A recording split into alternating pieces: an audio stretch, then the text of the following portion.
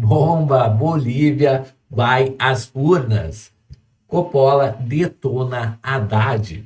Moraes pode ser preso por ordens ilegais. Pessoal, o boletim de hoje, domingão, dia 17 de agosto, está simplesmente imperdível. Fica até o final que você não irá se arrepender.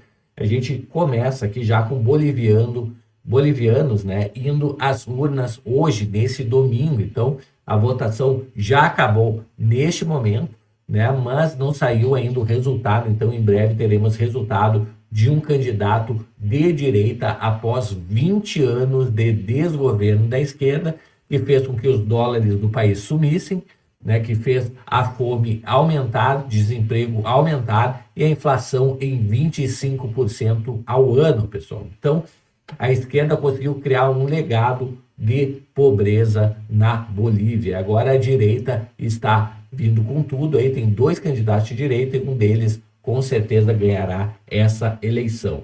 Além disso, a gente vê aqui o Caio Coppola simplesmente detonando o Haddad e falando que ele é incapaz de reconhecer sua própria incompetência e colocando a culpa em quem? É exatamente isso, Eduardo Bolsonaro. A gente vai entender tudo isso nesse vídeo. E a gente já começa aqui com um vídeo falando da pressão internacional que o Alexandre de Moraes está sofrendo do processo movido pela empresa do Donald Trump, a Trump Media, pessoal, nos Estados Unidos, né, sobre ordens ilegais que violaram a soberania americana, pessoal, e pode dar muito ruim para o Moraes, inclusive prisão, pessoal. Então vamos entender mais essa matéria. Já chega aí se inscrevendo no canal, habilitando o sininho e já sem mais delongas, vamos entender aqui essa matéria.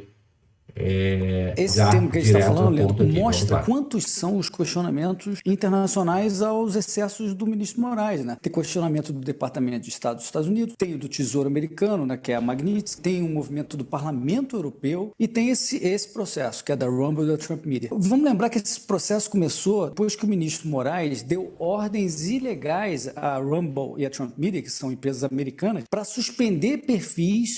Olha isso, ordens ilegais a empresas americanas, tá, pessoal? Então, Moraes vai ser responsabilizado não como ministro do STF, né, mas como pessoa física nesse caso aqui, tá? Que infringiu leis americanas. E entregar dados de cadastro de cidadãos americanos. Grave. E ele fez isso mandando um e-mail direto aos diretores dessas empresas, Leandro. Eu imagino que ele saiba que tudo isso é ilegal. Repare que a citação do Rumble de lá para cá, essa que a gente está falando agora, entrou pelo caminho legítimo. Foi enviada para o nosso Ministério da Justiça, que aí remeteu ao STJ, né? E o STJ vai decidir se vai autorizar ou não essa notificação. Mas mesmo que não autorize, Leandro, o processo vai seguir nos Estados Unidos. Mesmo...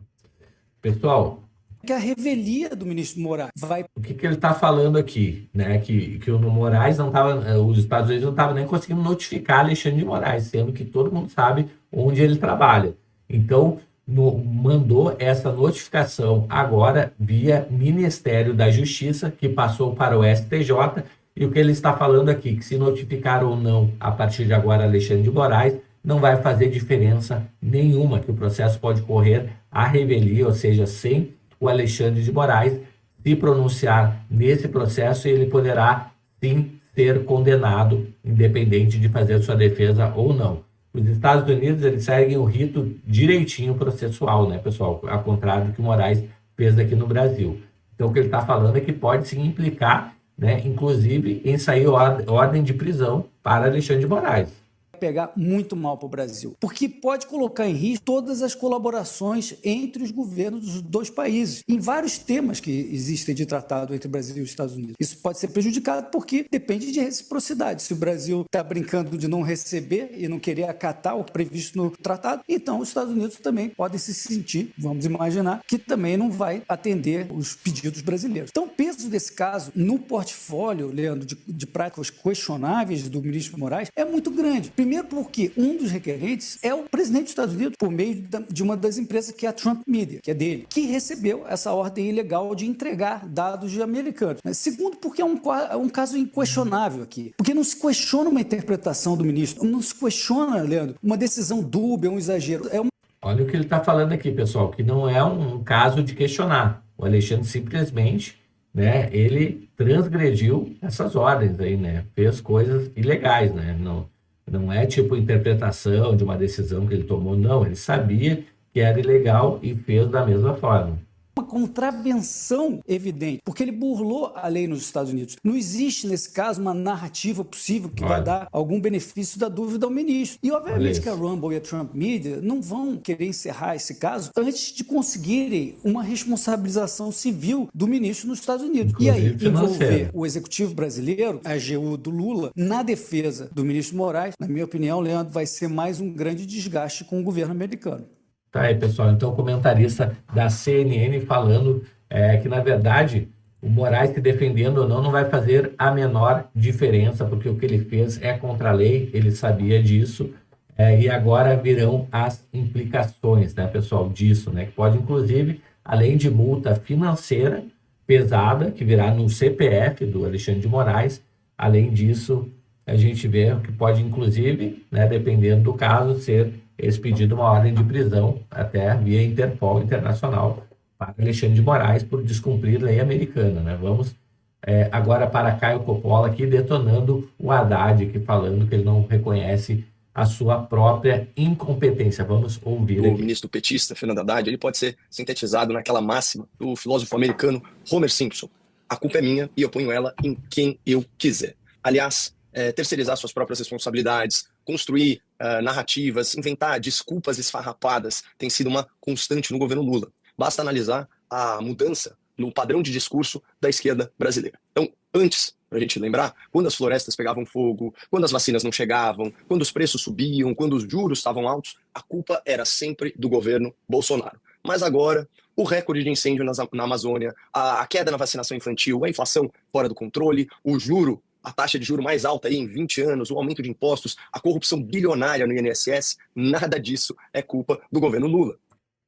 Pessoal, a gente vê sempre a mesma narrativa. A esquerda, ela não assume culpa, ela não faz o meia-culpa, ela sempre pega a culpa dela e põe nos outros, né? Um governo que está há 20 anos no poder, como o governo Lula e Dilma, etc., a esquerda, de modo geral, né, não conseguiu trazer um desenvolvimento para o país. Bem pelo contrário, a gente vê fuga de dólares, fuga de investidores, o Brasil virando um pária internacional, se alinhando a ditaduras aí, amiga do Lula, né, brigando com os Estados Unidos, né, o patamar de pobreza da população cada vez maior, pessoal, desemprego nas alturas, empresas quebrando mais do que na pandemia. A gente vê tudo isso acontecendo sobre um governo que está há 20 anos no poder e ainda continua culpando Bolsonaro, Eduardo Bolsonaro e por aí vai, né? Eles não conseguem assumir, né, a responsabilidade de gerir um país da forma que eles estão fazendo, né? Infelizmente.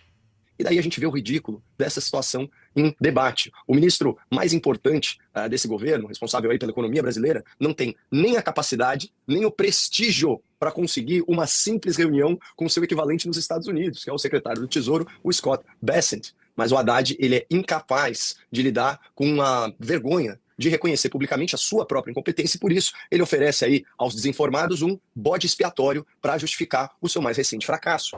E chega a ser patético, mas como nós vimos, o Haddad tenta pôr a culpa da resposta americana à política externa do governo Lula, e ele põe a culpa no Eduardo Bolsonaro e na sua suposta influência na Casa Branca. Pessoal, parece que o Haddad ele faz questão de esquecer o alinhamento do Lula com ditadores do mundo, né? Os discursos, né, contra Donald Trump, que ele tem desde que o Donald Trump era candidato à presidência, né? E por aí vai, né? Então é muito engraçado o que o Caio Coppola falando que é exatamente isso aí, né? Ele faz vista grossa para o que acontece no governo e culpa uma pessoa que não tem nada a ver com a história. E essa narrativa do Haddad, ela está contaminada com uma das falácias mais comuns na arte da retórica, o tal argumentum ad hominem, o argumento contra o homem. Então, percebam, como a gente viu no enunciado, que o Haddad ele se refere ao Eduardo Bolsonaro como um militante antidiplomático de extrema-direita. Mas o Haddad não diz e nunca vai dizer nada sobre alguns pontos. Por exemplo, o Haddad não diz nada sobre as falas do Lula atacando o dólar, ele não diz nada sobre as ofensas do Lula contra o presidente americano, né, o qual ele chamou de nazista, de fascista. Ele não fala nada sobre a aliança do Lula com as ditaduras asiáticas asiáticas e latino-americanas. Ele não fala nada sobre a tolerância do Lula com organização criminosa, organizações terroristas. Ele não fala nada sobre o apoio do Lula à censura na internet. Não fala nada sobre a compra bilionária de petróleo russo autorizada por Lula, que financia a guerra contra a Ucrânia. E, principalmente, não falou e não falará nada sobre a interferência do governo Joe Biden, que foi decisiva para a eleição do Lula em 2022. Então, Tá aí, pessoal. Então, a gente vê Caio Coppola falando muitas verdades que o governo, obviamente, sabe que são verdades, mas que fica toda hora dizendo que não são. Pessoal, hoje os bolivianos foram às urnas, né, para mudar a história da Bolívia depois de quase 20 anos de desgoverno da esquerda, pessoal. Bolívia, que tem fuga de dólares, né, que está com uma inflação de 25% ao ano, pessoal. Quer dizer que se você esquecer uma nota de Bolívar na gaveta e voltar daqui a 4 anos, essa nota não vale mais nada. Tem que rasgar e jogar fora, porque a inflação comeu 100% do valor de face desta moeda. Tá? Então a gente vê um país cada vez mais pobre, sufocado, né? E felizmente temos 2 candidatos de direita lá, né? Um dos 2 ganhará a eleição de hoje e assim que sair o resultado eu trago para vocês. Lembrando que antes era o Evo Morales, o amigo de Lula. Deixa eu ver se tem uma foto dele aqui, não tem, né? Que está escondido aí, também, assim como Maduro, né? Está escondido, mas por associação aí com menores de idade, a exploração de menores de idade, né, pessoal? Uma coisa gravíssima, e imagino que esse novo presidente também, levantando a capivara do antigo, já encontre casos de corrupção também envolvendo Odebrecht, por aí vai. Pessoal, chegou até aqui no vídeo, dá o like aí para aumentar a visualização desse vídeo, se inscreve no canal, habilita o sininho de notificações, me conta nos comentários aí o que você achou da fala do Caio Coppola sobre os regimes de esquerda. Eu vou ficando por aqui, a gente se vê logo mais em um próximo vídeo. Até mais, tchau, tchau.